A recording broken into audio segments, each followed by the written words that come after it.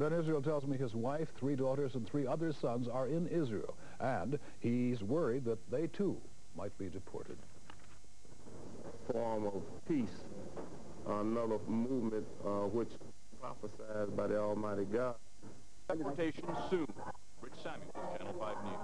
Now, those first portions should begin with today. In Santa Clara, California. Okay, hey, salam, my brother, shalom, shalom.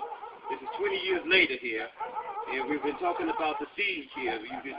You saw a videotape with Chris Kessiyahu and it's talking about the siege in Prince Elkanah 20 years ago. So now we have an updated report here from one of the brothers here that was actually, that participated and that was actually in prison in that siege. You know, here go the brother right here. Introduce yourself, brother. Yes, sir. Mr. Zah Absalom, is that right? Well, first and foremost, we'd like to give all honor and praise, gratitude, thanks, and appreciation. It's a great God. Very April 19th, if I'm at accuracy, was a very profound time for us at Beit Arizah packing house in Rehovot. As I recall, at approximately 2:30, 3 o'clock in the morning, the Israeli military, as well as the Israeli police, came in, I think 2:30 a.m. in the morning, and in the particular chamber that I happened to be housed in, with several other brothers, we were forcibly removed from our quarters at rifle gunpoint with no intelligent reason, unintelligent or intelligent reasoning as to what was taking place. The only thing we knew that it was cold. We were forcibly ejected from our sleeping quarters, half naked. When we got out into the center of the area, we observed our mothers, the young daughters that were there at the compound, some of the other young sons, teenagers that were there. Incidentally, we had been working there prior 10 years at this facility in Rehovot, which is a very renowned area because that's where the Weizmann Institute is facilitated, if I'm correct. Anyway, we were held, and the mothers were forced by wristband handcuffing to be placed in vans and driven off, as well as ourselves, the males, to the Rehovot police station. We were handcuffed and held for hours in isolation there at the Rehovot police station, where after which for hours and hours we were taken incognito, as I can remember, incognito in big vans to somewhere. We had no idea. We were given no preemptive, no understanding as to where we were being taken or as of to why.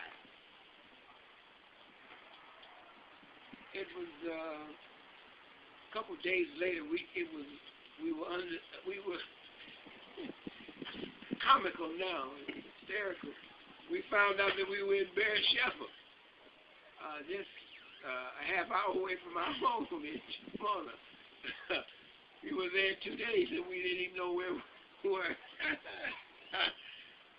We were locked up. We were imprisoned. We were locked up. We were put in an isolated wing.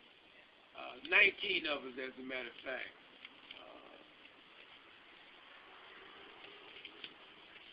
3.5 months went by before we received any outside communications. We didn't know why we were there.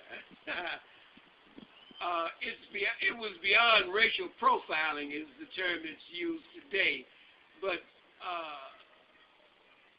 we had always been accustomed to racial profiling because everywhere we went, quote-unquote, black Hebrews, or those people as they refer to us from Dimona, always being racially profiled. So later we found out we were in an isolated wing with, quote-unquote, the ungodly Palestinian Intifada, et cetera, whatever, however they were classified. They were next door in the other male wing. So again, 3.5 months went by before finally we were granted, if it's a granting, visitation. And as I recall, they were visiting Prince Keskiahu, Stanit Hasario Yada, and members of the Black Caucus from Chicago, and lawyers that were black lawyers, African American lawyers that were provided to seemingly do what they do relative to our situation. So it goes on and on and on relative to the racial profiling that we have been subjugated to, not because of any political or police injunctions or violations, or maybe it is. But we were never informed of any political or religious infractions.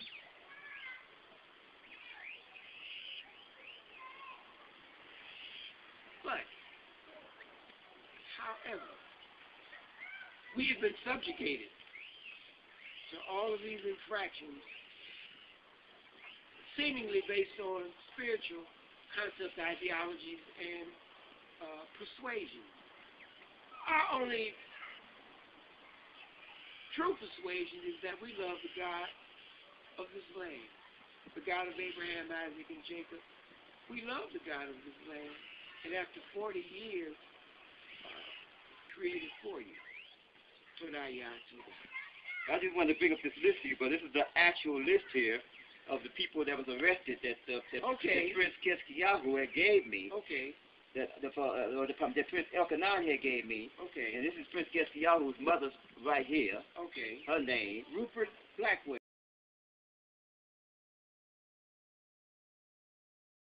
Right, and your name, locate what number find your name on that list, brother. Yeah, my name is here. I'm here. What number were you there? Number 4. Okay. So they got you right up there at the top there too, right? Well, there are 2 number 4s, but it happens to be Virgil Charles Pumphrey. Okay, they got you. No, actually number 6 here. They got you there. Okay. At 6, it looks like a 4. Number 6. Right. Okay, I apologize for the reading. Beautiful. Number 6, Absalom Ben Shlomo, a.k.a. Virgil Charles Pumphrey. Right. And they got you here. And this is the actual newspaper article that came out in Chicago at the time, talking about how the brothers had been taken here. So now, as the brother mentioned, 40 years later, by the grace of God, the children of Israel are in the land, and they have granted them some form of our people here, some form of residence after the struggle of at that time they called it the siege here of being put out, and after 40 years, by the grace of the Most High God, our people going through the wilderness. Now at this point in time, we have as a people been given some type of residence here in the land of Israel, which is a blessing. So I would like to say thank you again for tuning in. This is the Yisrael Today, and this is for 40 years down the line from the beginning of where we started our program, and now to be able to end with one of the elders here, one of the pioneers of the community in Dimona, and I would add personally one of the backbones of the community within the morning. I just want to say again, brother, thank you, brother, for being here and out of your busy schedule. And it's Shabbat day coming in, so we both want to say to you Shabbat Shalom. Shabbat Shalom.